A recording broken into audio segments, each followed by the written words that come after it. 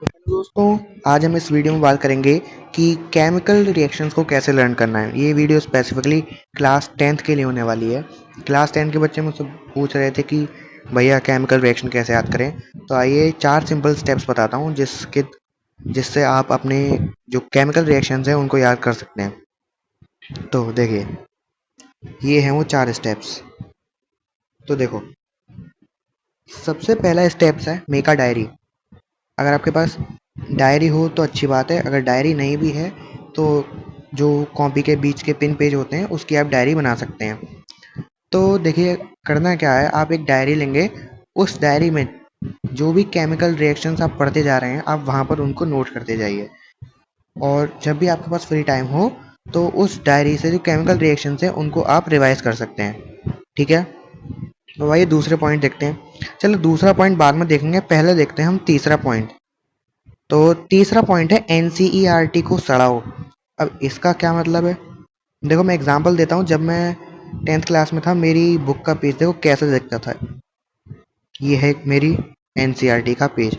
देखो, अब बच्चे क्या होते हैं ना कुछ कि नहीं जी, हम तो बहुत साफ रखेंगे एनसीईआरटी को, मुंशी प्रेमचंद बनना है ज़्यादा ही बिल्कुल साफ रखेंगे हम तो, नहीं हमारी उस पर बुक पे पेन भी नहीं चलना चाहिए।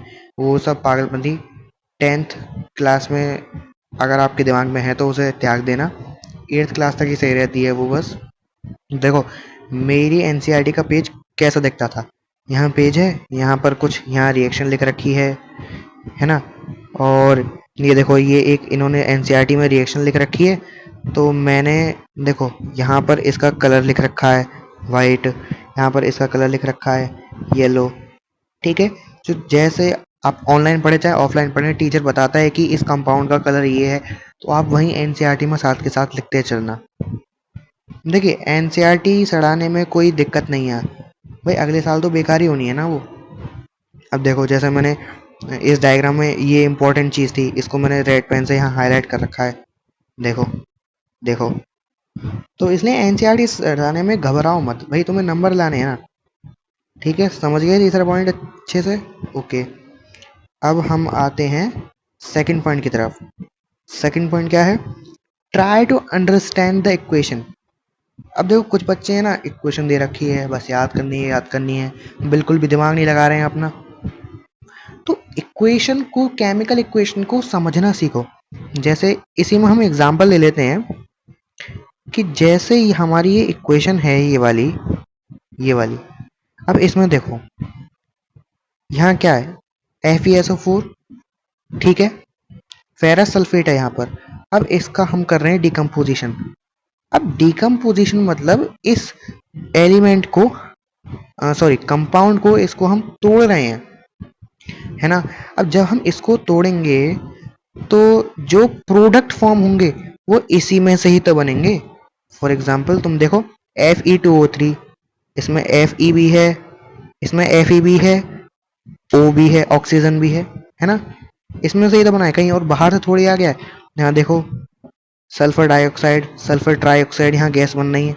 देखो, SO4, सल्फर और ऑक्सीजन के 4 एटम यहाँ पर हैं। तो इसलिए ना, थोड़ा सा इक्वेशन को समझना भी सीखो। बस ये नहीं है रटे जा रहे हैं, रटे जा रहे हैं। ठीक है। फॉर एग्जाम्पल अगर मैं बात करूं, अब बहुत बेसिक लेवल पे, जैसे हमने H H2 + O2 क्या बनेगा? H2O, है ना। और कुछ तो बनेगा नहीं, यहाँ हाइड्रोजन है, यहाँ ऑक्सीजन है। हाइड्रोजन और ऑक्सीजन से मिलके ही तो बनेगा प्रोडक्ट, और कुछ अलग से थोड़े ही आ जाएगा। इसको बैलेंस करते रहना बाद में अपने आप, कभी को बैलेंस नहीं करा। ठीक है। एक और एग्जांपल ले लेते हैं। जैसे तुम्हारी रिएक्शन बड़ी फेमस दे रखी है पहले चैप्टर में, CaO, calcium oxide plus H2O। जब ये रिएक्ट करेंगे तो क्या बनेगा? क्या बनेगा? एक तो कैल्शियम हाइड्रोक्साइड बन जाएगा, और हीट रिलीज होगी। अब देखना, इन दोनों को जोड़ के, ऐसा तो है नहीं कि इसमें एल्यूमिनियम अलग से घुस गया, या जो प्रोडक्ट आया है उसमें एल्यूमिनियम आ गया, या जिंक का कोई कंपाउंड आ गया। ऐसा बिल्कुल नहीं है। है ना। तो इसलिए हमें ना इक्वेशन को थोड़ा सा समझना भी है। ठीक है, अब बढ़ते हैं लास्ट पॉइंट की तरफ। लास्ट पॉइंट देखो भाई, रट्टा या रिवाइज कुछ भी कह लो तुम, थोड़ा सा या तो तुम्हें करना ही पड़ेगा। ऐसा तो है नहीं कि बिना मेहनत करे सब हो जाएगा, नहीं। देखो रिवाइज करते रहना है। ये यहाँ पर आपने जो डायरी बनाई है इसको बस बनाकर ही नहीं छोड़ना है, इसको रिवाइज करते रहना है प्रॉपरली। तो देखिए यही 4 सिंपल स्टेप्स हैं जिसकी मदद से आप जो केमिकल रिएक्शंस हैं उनको आसानी से लर्न कर सकते हैं। तो आशा करता है आपको वीडियो अच्छी लगी होगी, और किसी भी टॉपिक पर आपको वीडियो चाहिए तो let me know in the comment section. मैं डेफिनेटली आपके लिए वीडियो बनाऊंगा। Thank you.